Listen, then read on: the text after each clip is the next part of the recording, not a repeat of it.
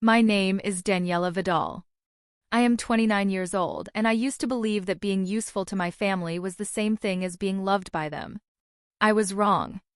I figured that out on a Tuesday in October, sitting in my car in the parking garage beneath the building where I worked, reading a text from my sister that had been delivered at 11:47 in the morning like it was nothing. Like it was a reminder about a dentist appointment. You're not invited to the wedding. Goodbye, loser. I read it twice. Then I put my phone face down on the passenger seat and sat there for a while with my hands in my lap.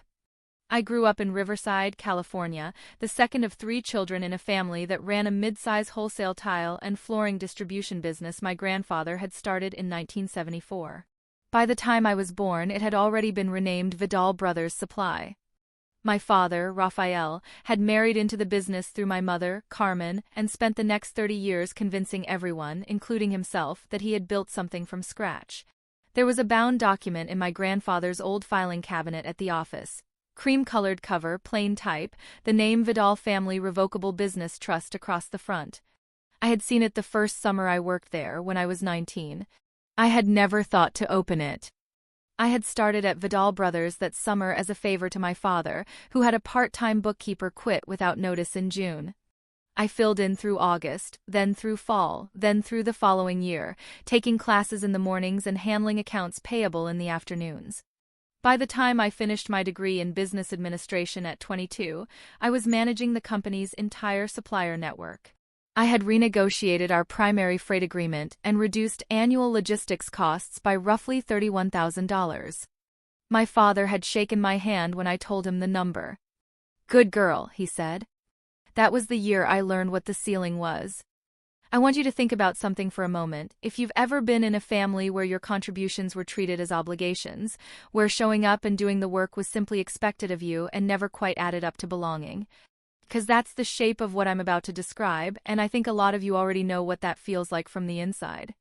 I stayed anyway. I told myself it was because the work was real, and the company needed someone who understood it at a technical level, and both of those things were true. What I didn't let myself think about too carefully was the other reason, the one that had to do with proving something, with believing, somewhere underneath everything, that if I made myself indispensable enough, the rest of it would follow. The recognition. The respect. The feeling of being fully seen by the people who were supposed to know me best. My older sister, Priscilla, had gone to USC for communications, gotten a job at a marketing agency in Los Angeles, and declared the family business unglamorous. My younger brother, Marco, had worked the warehouse floor for 2 summers in high school, decided the physical labor wasn't for him, and pivoted to fitness influencing. Neither of them had ever reviewed a vendor contract, reconciled a quarterly inventory report, or explained to a longtime customer why a shipment from a Sonora manufacturer had been delayed at the border crossing. I had done all of those things many times over. By 26, I was functioning as the company's operations manager, though my title on the org chart still said Senior Administrative Coordinator. I had pushed for operations manager in a conversation with my father that lasted 40 minutes and ended with him telling me that titles made vendors nervous and that what mattered was the work, not what you called it. I squared the papers on my desk and said nothing, and then I went back to my office and kept doing the job. By the time I was 28, I was also quietly managing several of the company's automatic payments, the monthly logistics software subscription, the commercial vehicle insurance renewal, the cloud storage and accounting platform that my father had never fully understood but relied on completely. These had migrated to a business account that I administered, partly because my father had asked me to consolidate vendor payments 2 years earlier, and partly because I was the only person in the building who knew the login credentials for half of them. I had not planned for that to matter. Then my sister sent her text, and I sat in the parking garage for 11 minutes, and I started to understand that it did. ACT 2, first dismissal. The first time I understood what the family actually thought of me, I was 23 and standing in my parents' kitchen on a Sunday afternoon in February. We were planning my grandmother's 80th birthday party. My mother wanted to host it at the house. A seated dinner for about 30 people, catered, with a small floral arrangement she had already priced out at around $1,200. My father wanted a private room at a restaurant. Priscilla, who had driven down from Los Angeles for the weekend, had strong opinions about the venue. I had looked at the catering quotes my mother had pulled together and noticed that the company she'd chosen charged a 22% service fee that wasn't listed in the headline price. I had found two alternatives that would come in $800 cheaper for the same menu. I brought the printouts to the kitchen table. The service fee on this one makes it the most expensive option by a significant margin, I said. These two are comparable in quality and the pricing is transparent. I put the per-head breakdown on the back. Priscilla looked at the papers without picking them up. I already told Mom about a place in Temecula that does beautiful private events. I'll send her the link. This is for a home-catered dinner, I said. A venue in Temecula is a different event. I know what it is, Daniela. She picked up her phone. Mom, I'm sending you the link right now. My mother took her phone and looked at it. My father, who was standing at the counter pouring coffee, didn't turn around. The link is for a wine country venue, I said. It will cost 4 to 5 times the catering budget Mom already approved. Daniela. My father said my name the way he said it when he thought I was being unnecessarily precise about something. Your sister is trying to help. So am I. She has a good eye for events. Let her handle this one. I looked at the back of his head for a moment. Then I folded the printouts in half and set them on the counter, and I said nothing. The party was held at the Temecula venue. It cost 3 times what the home-catered dinner would have cost.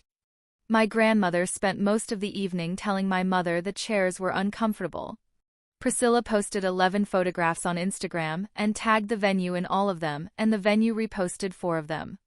No one mentioned the printouts. That was the pattern, established early and never deviated from. Priscilla was creative and had taste. Marco was charming and knew people. I was useful in the way that a well-functioning filing system is useful, acknowledged only when something couldn't be found. There was a company Christmas party the following December where it happened again, more directly. My father had asked me to organize the event, book the restaurant, coordinate the guest list, handle the dietary restrictions for a team of 17 people, and arrange for a catered dessert station from a bakery 2 of the longtime employees had mentioned in passing. I had done all of it. I had spent 4 evenings that week on the logistics, including a 40-minute phone call with the restaurant manager to work out a service timeline that accommodated the warehouse crew's later end time. The night of the party, my father stood up to welcome everyone and said, I want to thank Priscilla, who helped with the menu suggestions and made some calls to get us this room.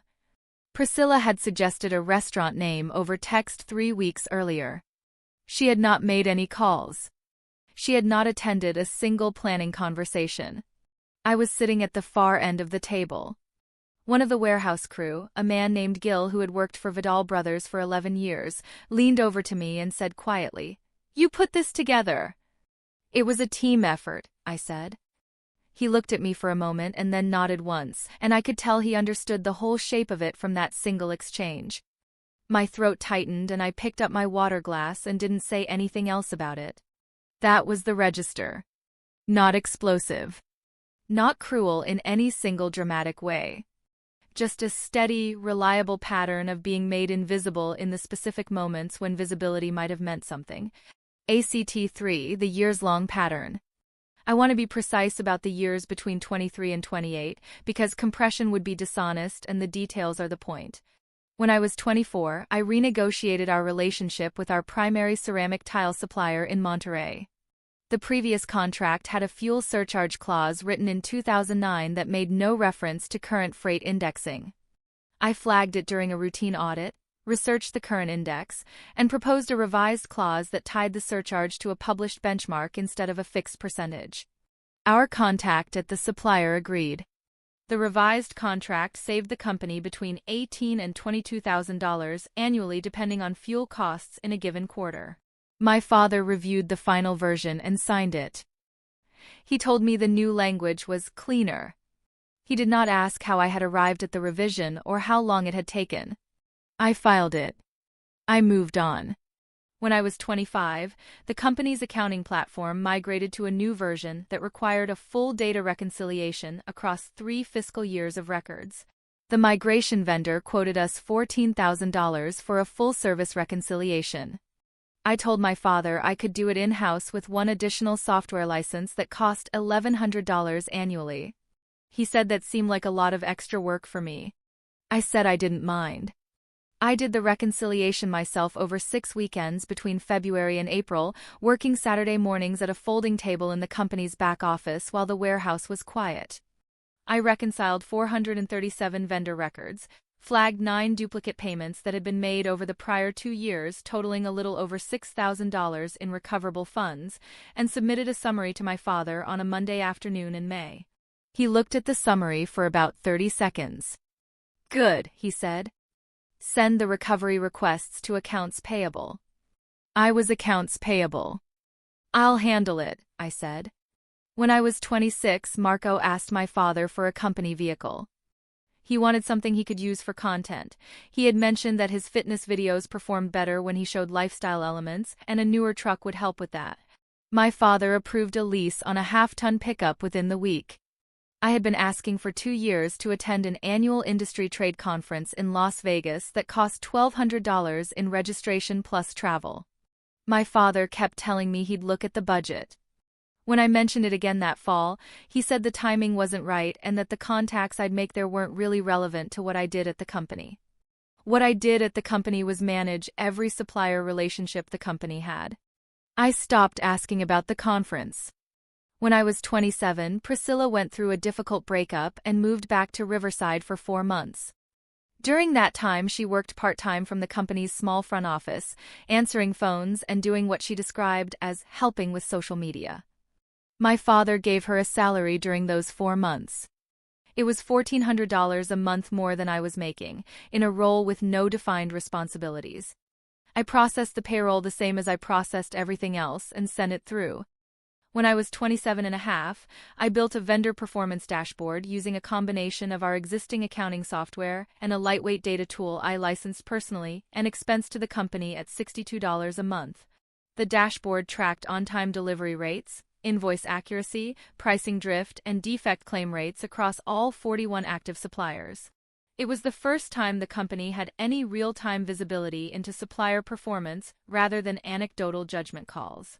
Within 6 months, I had used it to identify 3 underperforming suppliers and open conversations with 2 replacement vendors, one of which we transitioned to completely by Q3. My father saw the dashboard for the first time when a vendor called to dispute one of the performance flags I had raised. He looked at it on my monitor for a moment. "Did you build this?" he said. "Yes," I said. "When?" "About 8 months ago."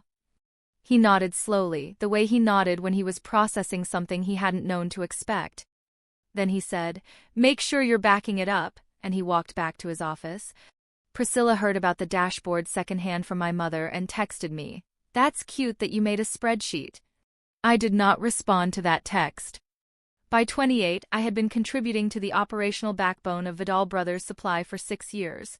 Building the freight agreements that kept margins stable, maintaining the supplier relationships that gave the company its reputation for reliable delivery, running payroll, managing compliance documentation, and holding together the administrative infrastructure that my father had never had to think about because I had never let it become something he needed to think about.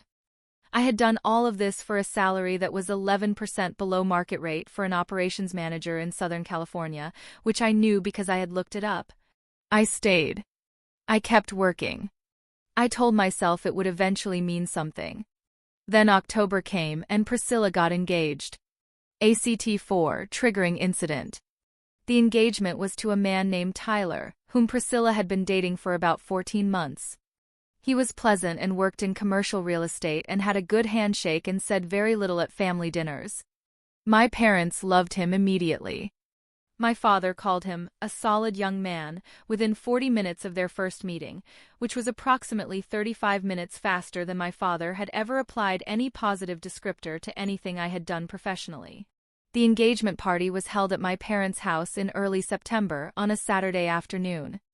I arrived at noon to help my mother set up, which meant I spent 3 hours arranging the furniture in the backyard, running to the grocery store twice when items were forgotten, and assembling a charcuterie board that a family friend had said she would handle, and then texted at 11:30 to say she couldn't make it. Priscilla arrived at 2:15, 45 minutes after the guests. She looked beautiful and was warm and gracious and hugged everyone, and at some point during the afternoon she found me refilling the ice bucket near the back door and said, "You're so good at this stuff, Daniela. I don't know what we'd do without you."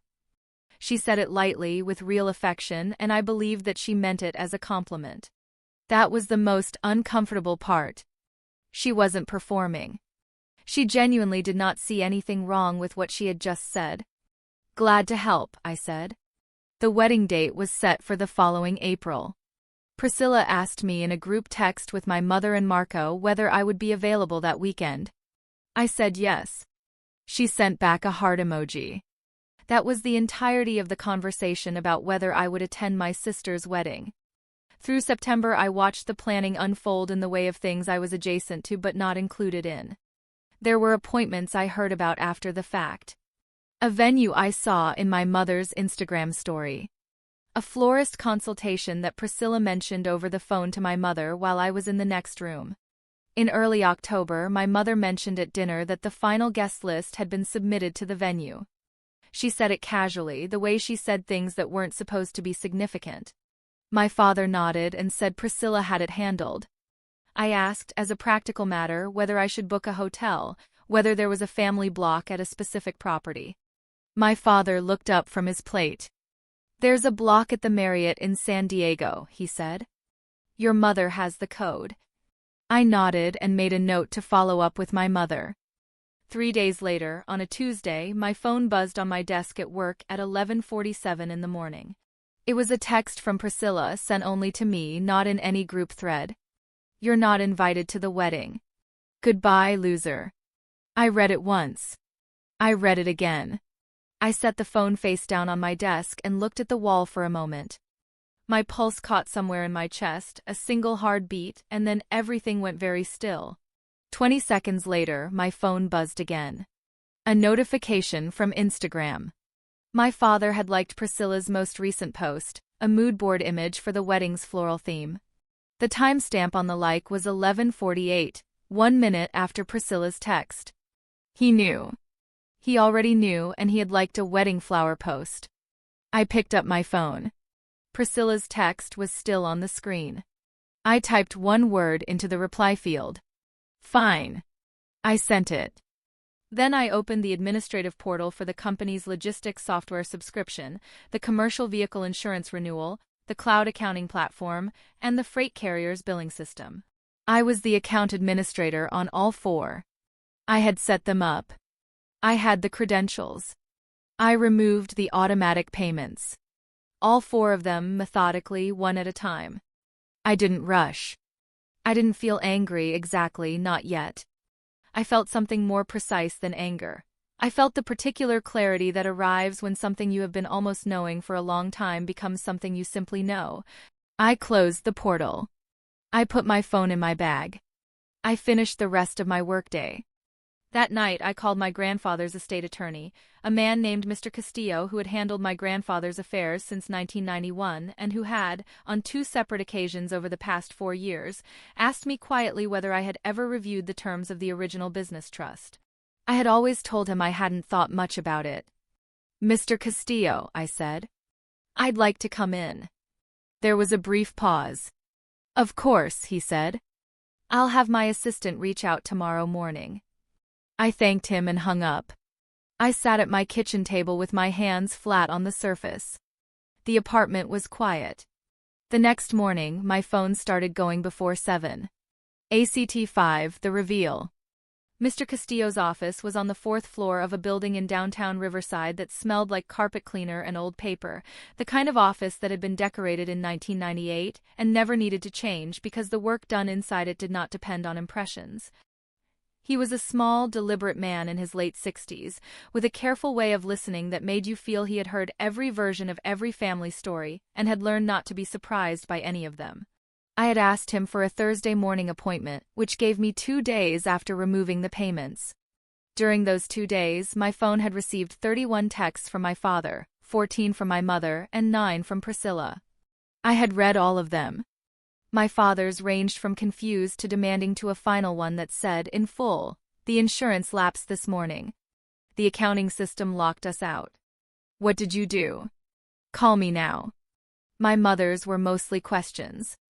Priscilla's last 3 were apologies of a particular kind, the kind that are structured around the inconvenience to the apologizer rather than the harm to the other person. I had not responded to any of them. I arrived at Mr. Castillo's office at 9 in the morning. My father was already there. I had not told him I was coming. Mr. Castillo had not told him either. My father had apparently called the office the previous day in a state of some agitation, referencing the business trust and demanding clarification on what authority I might or might not have over company accounts. Mr. Castillo had, with characteristic composure, suggested he come in Thursday morning and that they could discuss it together. He had not mentioned that he'd already scheduled an appointment with me for the same time.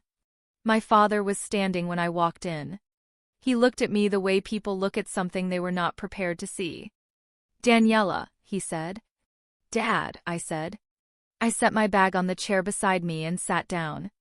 Mr. Castillo settled into his chair with the unhurried ease of a man who had presided over many rooms that felt like this one.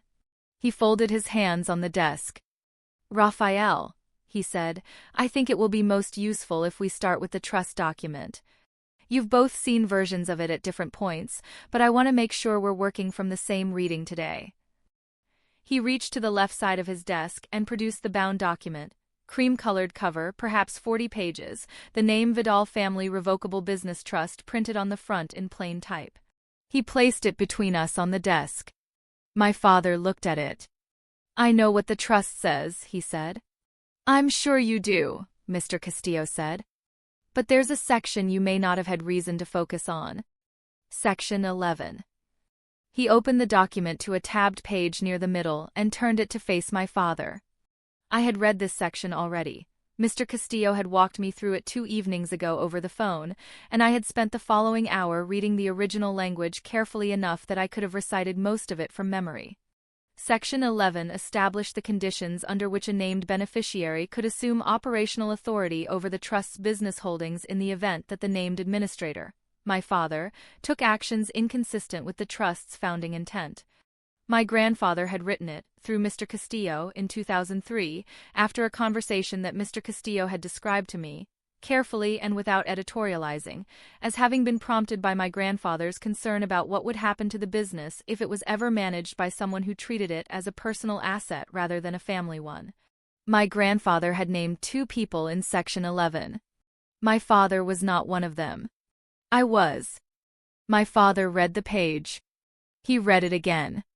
The quality of the silence in the room changed in a way that was hard to describe. It became heavier, more specific. "This doesn't mean what you think it means," he said finally. "It means exactly what it says," Mr. Castillo said. His voice was even and not unkind. "Daniela contacted me 4 days ago. She had, as it turns out, grounds to invoke Section 11, based on a pattern of compensation inconsistency across the past 3 fiscal years that I've reviewed in some detail." He reached to the right side of his desk and produced a second set of documents, a comparison of payroll records against market rate compensation data for equivalent roles in Southern California, compiled with a precision that made it clear he had not done this work in 4 days. He had been waiting for me to ask. He placed the documents on the desk one at a time in a neat row. "The payroll records show a consistent compensation gap," he said. "For an individual performing the documented functions of an operations manager, supply chain director, and compliance coordinator, simultaneously, over 6 consecutive years, the compensation differential amounts to approximately $240,000 in cumulative underpayment against median market rate." My father looked at the documents. Then he looked at me. "You went to an attorney," he said. "I went to the family's attorney," I said. "The same attorney Grandpa used." "Daniela." His voice shifted, lower, steadier, the voice he used when he wanted to sound reasonable. "This is not what your grandfather intended.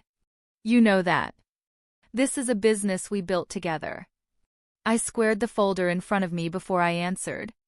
"You built it," I said. "That's what you've always said. I just processed the paperwork." His jaw tightened. "The payments," he said.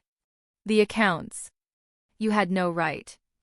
"I was the account administrator," I said. "I set them up. I had every right. And I've already restored them. I had, in fact, re-enabled all 4 automatic payments the morning of this meeting. I had not told him that before this moment. The accounts are running. Nothing was lost. I just needed you to feel, for about 48 hours, what it would be like if I wasn't there. The room was quiet. My father looked at Mr. Castillo. Mr. Castillo looked back at him with the particular patience of a man who had nothing to add that the documents had not already said. ACT 6, Aftermath/Exit Statements. My father asked for time to review the documents with his own attorney. Mr. Castillo said of course and handed him a copy of everything. We stood up.